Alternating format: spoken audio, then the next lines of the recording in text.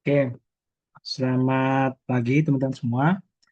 Hari ini kita akan mencoba memberikan eh, perspektif makro, kacamata makro secara singkat ya, nggak usah eh, apa, berpanjang-panjang dalam melihat bagaimana satu integrasi yang kemudian kemarin kita bicarakan persepsi perlindungan pola lingkungan hidup sebagai sebuah upaya yang sistematis. Yang kedua, kemudian bagaimana sebenarnya eh, positioning dari instrumen pengendalian. Karena kita memfokuskan itu ya. Instrumen pengendalian yang notabene memang tidak sekedar melihat instrumen pengendalian ansih ya, yang notabene ada di dalam eh, apa muatan pasal 14 gitu ya. Pasal 14 dari Undang-Undang 32 2009. Tetapi juga bagaimana instrumen pengendalian itu harus dipersepsikan sebagai instrumen PPLH, perlindungan pola lingkungan hidup secara menyeluruh. Yang notabene akhirnya kembali ke isu pertama tadi, masalah sistematis. Oke, jadi ketika kita bicarakan konteks sistematis, maka yang harus dilihat sama seperti eh, narasi awal, sejak awal kita bahwa meskipun AMDAL, UKL-UPL yang eh, merupakan nomenklatur yang paling eh, familiar lah, saya yakin di telinga kita sebagai bentuk kajian kelayakan lingkungan di dalam konsep hukum di Indonesia diposisikan sebagai syarat untuk terbitnya persetujuan lingkungan. Sekarang tadinya namanya izin lingkungan. Terus persetujuan lingkungan dalam konteks UCK dengan integrasi perizinan berusaha berbasis risiko, maka kemudian persetujuan lingkungan tadi menjadi bagian dari persyaratan dasar yang harus dipenuhi untuk mendapatkan perizinan berusaha. Kenapa bagian? Karena tidak cuma persetujuan lingkungan, harus ada persetujuan terkait dengan kesesuaian kegiatan dengan pemanfaatan ruang, yang kemudian ini kita bicarakan di sini. Sistematisasinya di sini.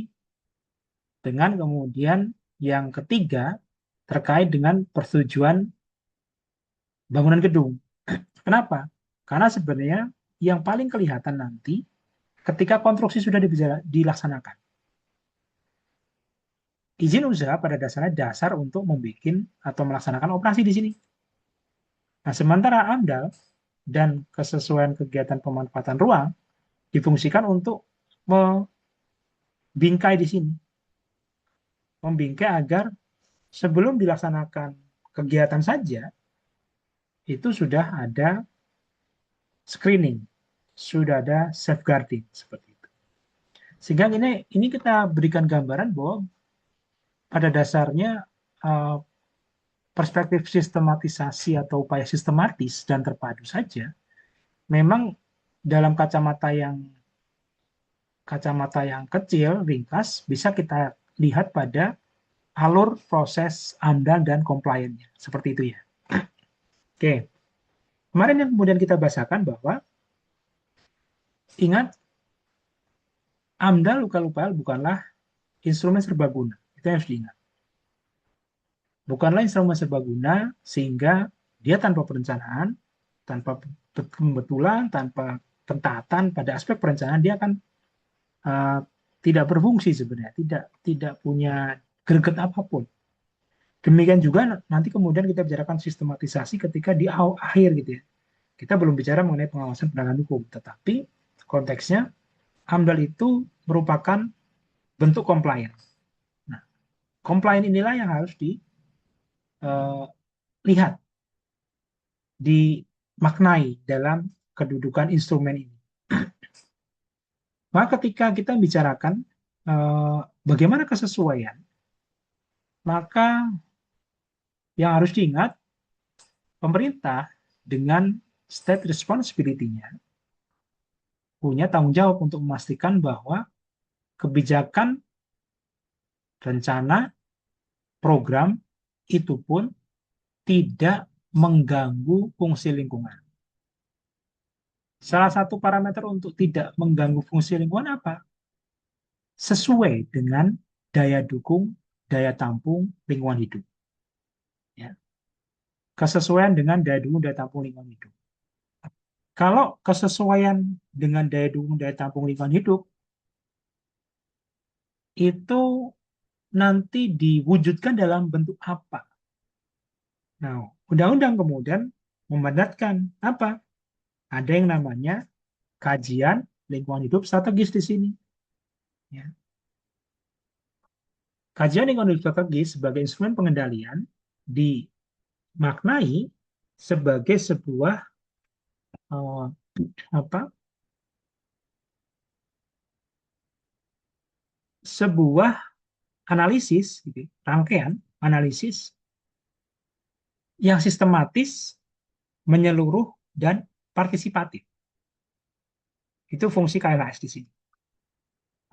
KLHS. Jadi KLHS sebagai konteks yang paling mendasar di dalam instrumen pengendalian merepresentasikan bagaimana pentaatan. Nah, karena bagaimanapun tadi yang saya singgung ya, konteks instrumen pengendalian di sini sebagai salah satu bentuk atau kemudian kita bicarakan AMDAL bentuk komplain gitu. Nah, komplain itu kan tidak identik hanya sekedar pelaku usaha kegiatan. Pemerintah juga harus comply dong. Kenapa? Comply dengan cita-cita dasar Undang-Undang Perlindungan dan Pengelolaan Lingkungan Hidup. Cita-cita dasarnya adalah untuk melindungi lingkungan hidup. Simpelnya seperti itu. Mencegah pencemaran dan atau perusakan lingkungan. Compliance yang dilakukan oleh pemerintah adalah menjamin bahwa kebijakan, rencana, program pembangunan sesuai dengan kaidah-kaidah atau prinsip-prinsip berkelanjutan. Simpelnya seperti itu. Prinsip berkelanjutan berarti simpelnya kita bicarakan kemarin. Tujuan untuk ekonomi kesejahteraan masyarakat terpenuhi, tetapi tidak melupakan bagaimana tujuan tersebut juga dapat memakmurkan secara sosial, meningkatkan taraf hidup masyarakat, kan? Mendewasakan masyarakat, sekaligus kemudian mengedukasi masyarakat. Itu perlu. Dan juga yang paling mendasar, keberlanjutan secara lingkungan. Bahwa pelaksanaan kegiatan pembangunan, kegiatan kebijakan, rencana program tadi bahasa undang-undang KLP itu juga memastikan lingkungannya terjaga, daya dukung, daya tampung lingkungan hidupnya tidak terlampaui, tidak ada atau ada pencegahan lah terhadap pencemaran dan atau perusakan lingkungan. Terus yang jelas jelas menjadi mendasar, akhirnya jelas mendasar adalah bagaimana kemudian eh, apa, memastikan bahwa lingkungan sebagai penyedia bahan baku itu masih tetap lestari dan masih tetap dapat menyediakan bahan baku untuk di kemudian hari, ya kan, untuk masa depan. Kita kan bicarakan konsep pembangunan berkelanjutan seperti itu. Makanya kemudian di sini sebenarnya KLAS merupakan bentuk bentuk apa komplain yang harus dilakukan oleh pemerintah. Kenapa? Karena dibahasakan siapa yang wajib membuat KLAS? Pemerintah dan pemerintah daerah. Kenapa wajib membuat kajian lingkungan hidup strategis? Untuk memastikan bahwa prinsip pembangunan berkelanjutan telah menjadi dasar dan terintegrasi dalam pembangunan suatu wilayah, satu, dan atau kebijakan, rencana, dan atau program. Jadi gampangannya, ini bentuk komplain nih. pemerintah ya nggak cuman merintah dong, nggak cuman bikin program, tapi juga programnya itu konsekuen dong. Kami diminta untuk patuh taat azas, pemerintah harusnya juga taat azas. Itu ide normatif, idealita normatif di Undang-Undang 32 2009, Undang-Undang PPLA sudah seperti itu. Terus kemudian dipertegas lagi KLHS itu secara azas, secara prinsip tadi yang saya katakan, rangkaian analisis yang satu sistematis, berarti kalau sistematis kan kita bicarakan runtut ya, tertata, terus objektif, pakai metodologi tertentu kan gitu. Menyeluruh, berarti apa-apa yang dimintakan untuk masuk di KLHS itu juga dilaksanakan secara atau dikaji secara menyeluruh. Apa saja tuh? Ada apa? Ada 6 ya, 6 unsur ya yang dimasukkan di KLHS. Satu, kapasitas daya dukung dan daya tampung lingkungan hidup. Udah jelas tuh, yang dari kemarin yang RPPLH kemarin. Jadi kapasitas daya dukung daya tampung itu menjadi parameter utamanya. Terus yang kedua, perkiraan mengenai dampak dan risiko lingkungan hidup. Yang ketiga, kinerja jasa ekosistem. Yang keempat, efisiensi pemanfaatan sumber daya alam.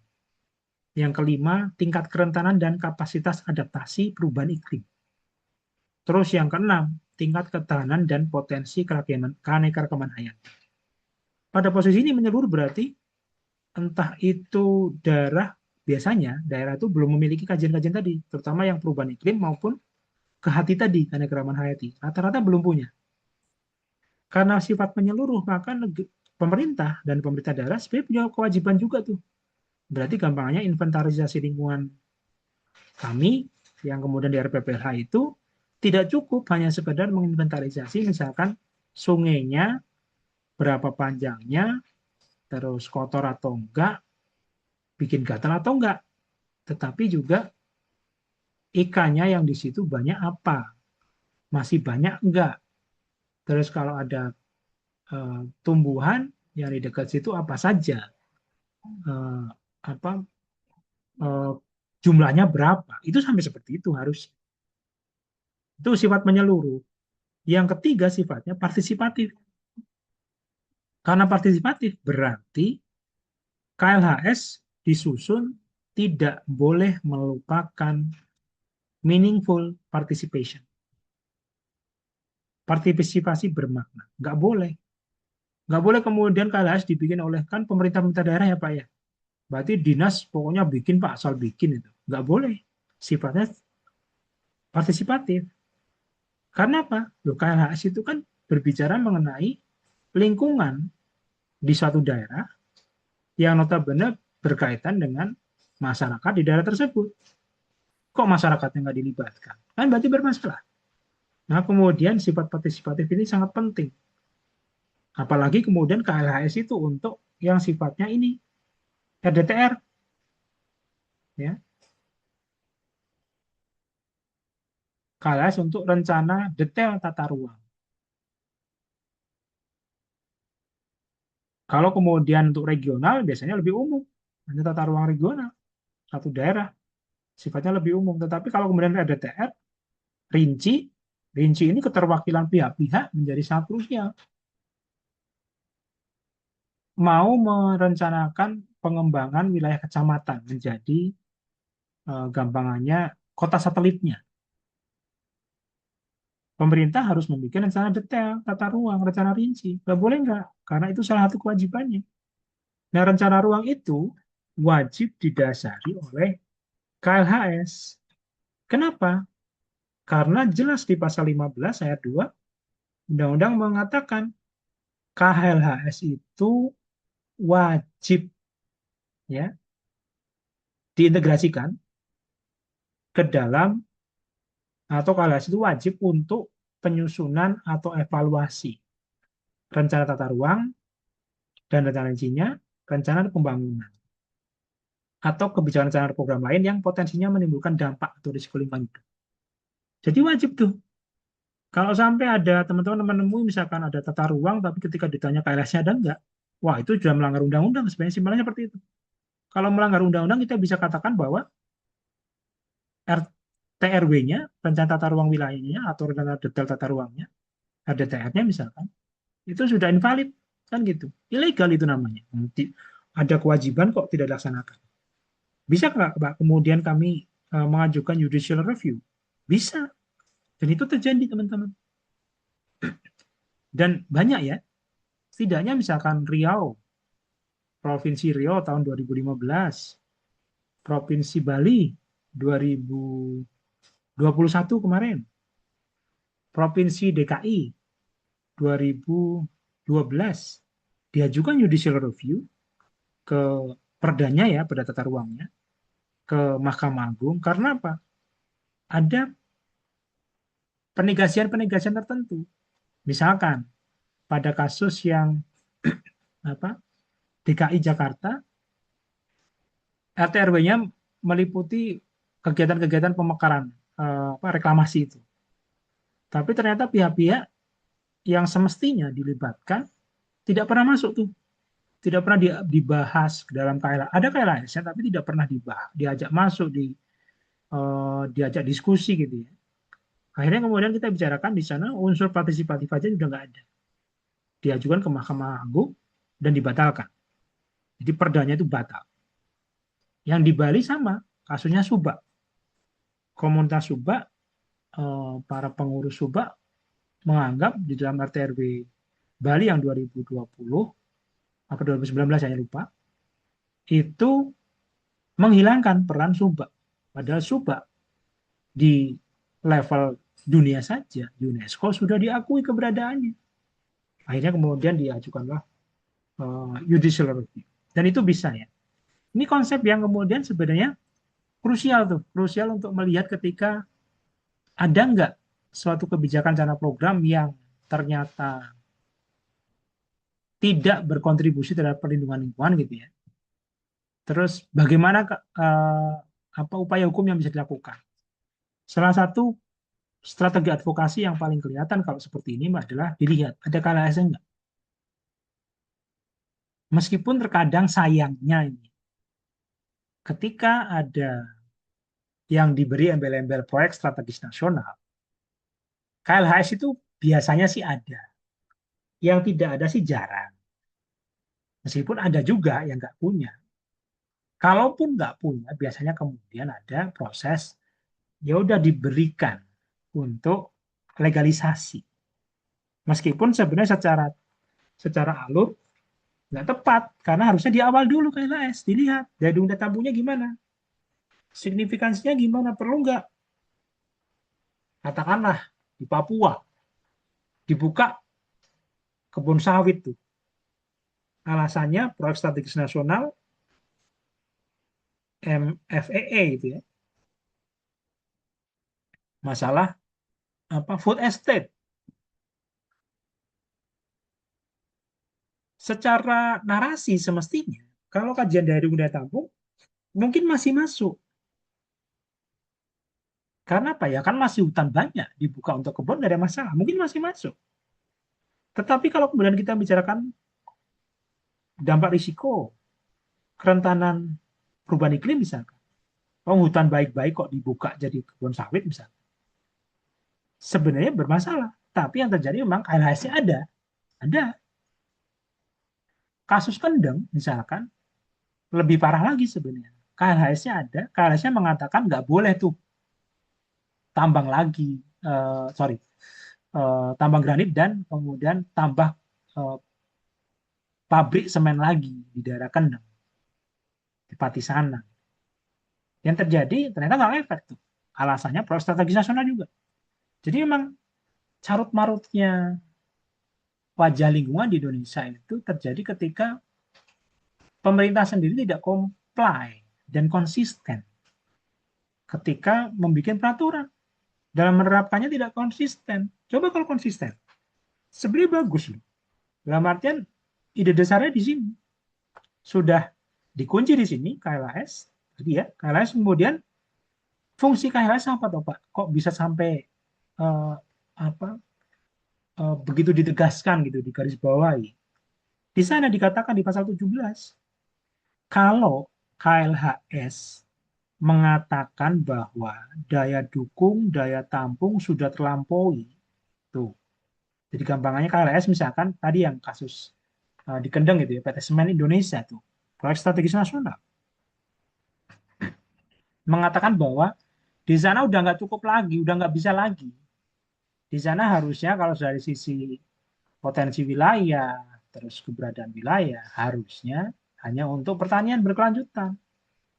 Nggak boleh lagi kemudian termasuk daerah apa tambang eh, gampingnya yang buat bahan baku semen itu juga merupakan wilayah yang notabene merupakan cekungan air tanah CAT yang sangat luas, berfungsi untuk me-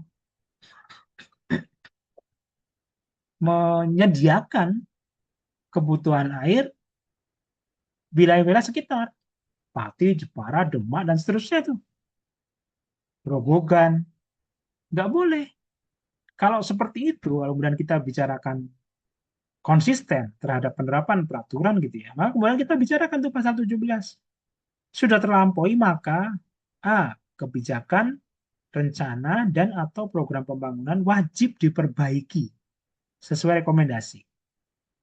Wajib diperbaiki. Kalau kemudian Pak rekomendasinya itu nggak boleh teruskan, ya sudah berarti selesai. Gampang seperti itu. Kalau kemudian nggak boleh menambang di sana atau tambangnya dipindah gitu ya, karena itu yang kemudian waktu kasus PT Semen itu, ya harusnya dipindah. Dan, nah ini penting, kalau tadi kan KRP-nya nih, karena kebijakan rencana program bisa jadi terkait dengan rencana pembangunan yang sudah ada perdanya, sudah ada peraturannya, istilahnya nggak bisa langsung nih seketika diubah. Tetapi yang kedua, dan segala usaha dan atau kegiatan yang telah melampaui daya dukung dan daya tampung lingkungan hidup tidak diperbolehkan lagi. Pak, kalau kemudian ada tambang nih Pak, ada tambang, terus tambang itu akhirnya ketika ada bencana kemarin Pak, banjir di Sumatera Utara gitu ya, keberadaan tambang itu secara daya dukung daya tampung lingkungan saat ini memang tidak mungkin lagi Pak untuk diteruskan. Atau kemudian oke lah existing yang ada tapi tidak harusnya nggak bisa kemudian memperluas wilayah pertambangan. Itu tuh data lingkungan mengatakan seperti itu tuh. Harusnya kalau kemudian kita bicarakan konsep normatif undang-undang, maka sudah nggak boleh tuh. Berarti pertambangan itu, katakanlah kita bicarakan izin kan tetap berlaku sebagai dokumen hukum ya, perlindungan hukum. Izinnya masih untuk 5 tahun lagi, misalkan gitu ya. Makanya sudah, nggak boleh ada peluang untuk diperpanjang, terkecuali nanti misalkan pemulihan lingkungan terjadi, terus lingkungan kembali seperti semula, daya dukungnya kemudian kembali bagus gitu. Silakan. Tapi kalau enggak, ya ntar dulu, stop dulu. 5 tahun, masih 5 tahun izin itu, berarti kalau sampai 5 tahun kemudian lingkungannya belum berubah, lubang-lubang tambangnya masih menganga, ya nggak boleh lagi harusnya. Itu secara konseptualnya tuh, normatifnya seperti itu. Yang terjadi, walau alam, nggak seperti itu. Yang kepentingan rente lah, yang ini, itu, dan seterusnya.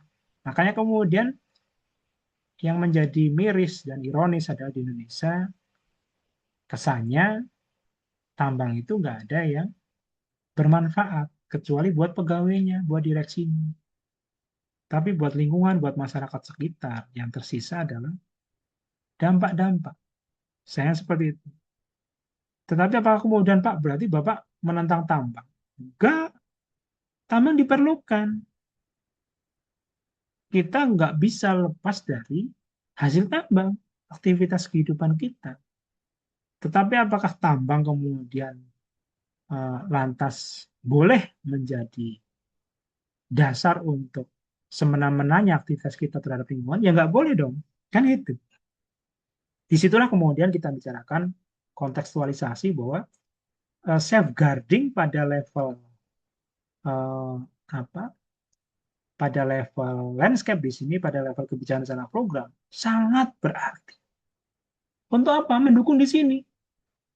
Kalau AMDAL UKL UPL diposisikan safeguarding pada level proyek, proyeknya tadi, proyeknya kemana tambang tadi ya, tambang tadi ada AMDALnya. Berarti rencana pengelolaan lingkungan yang harus dipetakan di sana. Melanggar atau tidak, kan kelihatan tuh. Anda punya kewajiban untuk mengelola lingkungan. Dilakukan nggak? Ada lubang tambang. Anda berarti nggak melakukan tuh. Salah. Selesai. Terus kemudian safeguarding di tingkat kebijakan rencana programnya juga jalan tuh di KLHS di sini.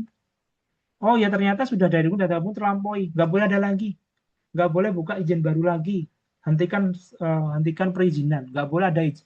Ada kemudian karena dianggap ini bermasalah, kemudian malah ada perusahaan baru mendapatkan izin baru. Nggak boleh. Harusnya selesai dong. Di stop dulu. Stop dulu. Karena daya dukung daya tampung mengatakan sudah terlampaui. Sudah banyak lubang tambang, Pak. Sudah menganga macam-macam, sering banjir dan seterusnya. Pohon-pohon sudah diambil. Sudah banyak ditebang. Ya sudah selesai. Fungsi lingkungan diperbaiki dulu. Lu kan bukan salah pemerintah. Iya, berarti itu tuh yang bertanggung jawab pelaku-pelaku tambang itu ya digeret dong, diseret dong. Nah, permasalahannya tidak semudah itu Ferguson kan gitu. Kau harus melangkahi mayatku, kau harus ini kaitannya dengan rente dan seterusnya. Akhirnya menjadi permasalahan. Lingkaran setannya di sana. Nah, kalau kemudian kita bicarakan konsep yang lain, instrumentasi gitu ya, yang secara mudah kemudian kita bisa lihat di gambaran sini, AMDAL itu akan menjadi penentu di sini. Bagaimana sejak tahapan prakonstruksi, konstruksi, dan operasi dengan perizinan, sebenarnya ada safeguarding-nya, ada penjagaannya. Karena apa? AMDAL berkontribusi pada izin merupakan compliant. Ya, compliant, pentaatan hukum. Compliant itu didukung sama instrumen lain. Ada instrumen ekonomi, ada kewajiban dana jaminan lingkungan hidup. Oh ada apa? Ada. Yang terjadi kadang, seringnya, harusnya dana jaminan itu dalam bentuk eh, bond ya, dalam bentuk pengikatan sekaya saham, bukan dana tunai. Dan nggak boleh eh, bank mitra itu kemudian memberikan memberikan akses untuk dicairkan karena fungsinya menyeluruh tuh. Yang terjadi kemudian dana pengelolanya itu belum bekerja secara optimal. BPDLH, Badan Penyelenggara Dana, Badan Pengelola Dana Lingkungan Hidup, itu juga belum bisa bekerja secara optimal. Terus ketika kemudian ada relasi kuasa tertentu, banyak yang terjadi jaminan tambang itu, dana jaminan tambang, misalnya jamrek namanya, jaminan reklamasi, itu sudah dicairkan duluan. Jadi ketika ada permasalahan, jamreknya itu udah kosong. Udah nggak bisa diambil oleh negara, diambil paksa oleh negara untuk melakukan reklamasi. Misalnya. Nggak bisa. Yang terjadi ya udah dibiarkan. Paling kemudian di penegakan hukum. Paling kalau ada penegakan hukum seperti itu. Padahal sebenarnya sistem normatifnya jalan loh harusnya loh ya. Konsepnya itu udah tertata tuh sedemikian rupa.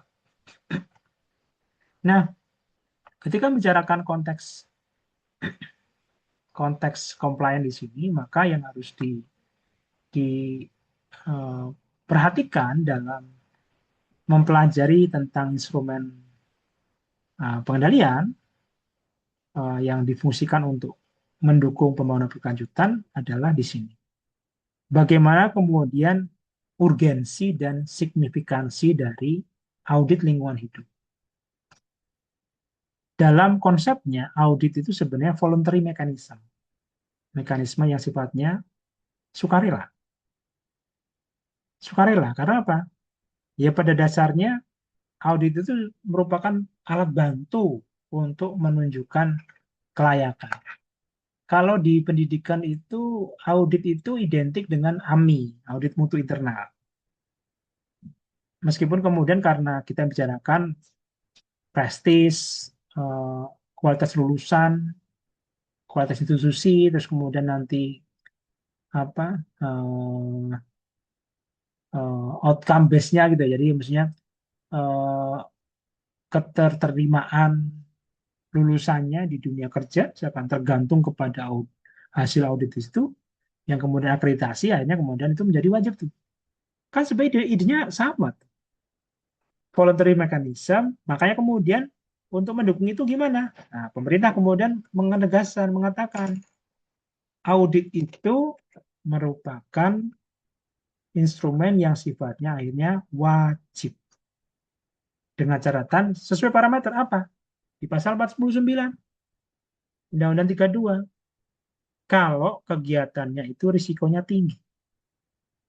Risiko tinggi apa tuh Pak maksudnya? Risiko tinggi itu kalau misalkan terjadi dampak, terjadi kerusakan, maka efeknya yang ditimbulkan itu eh, pertama sangat bisa luas, gitu ya.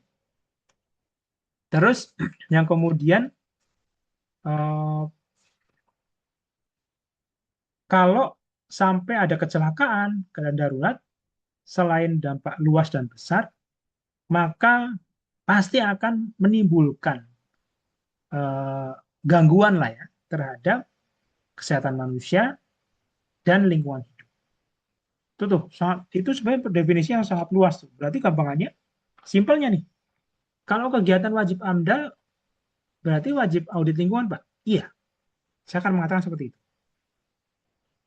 Kalau kegiatan tersebut wajib AMDAL, maka dia wajib audit lingkungan. Karena ketika AMDAL kita bicarakan berarti risikonya juga tinggi. Dampaknya juga tinggi. Meskipun Pak ada AMDAL A, ada AMDAL ada tiga ya, ada AMDAL tipe A, tipe B, tipe C.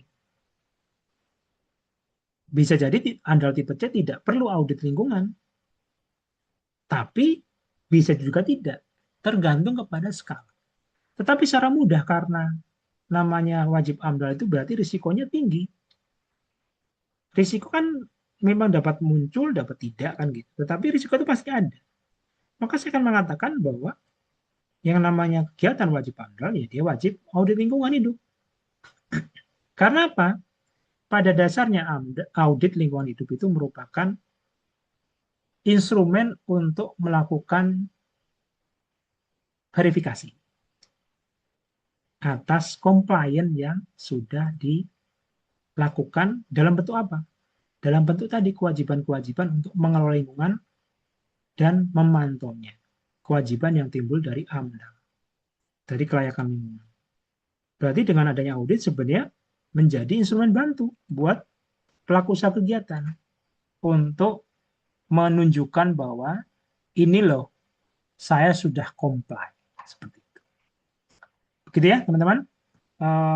Ini gambaran bagaimana konteks sistematis dari instrumen PPLH. Kita bicarakan uh, keterkaitan yang paling kelihatan pada AMDA dan pada KLHS sekaligus audit ya. Meskipun yang lain nanti masing-masing saling saling melengkapi juga.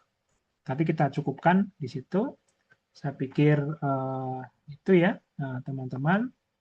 Uh, ini saya akhiri. Terima kasih. Setelah ini presentasi akan saya lanjutkan.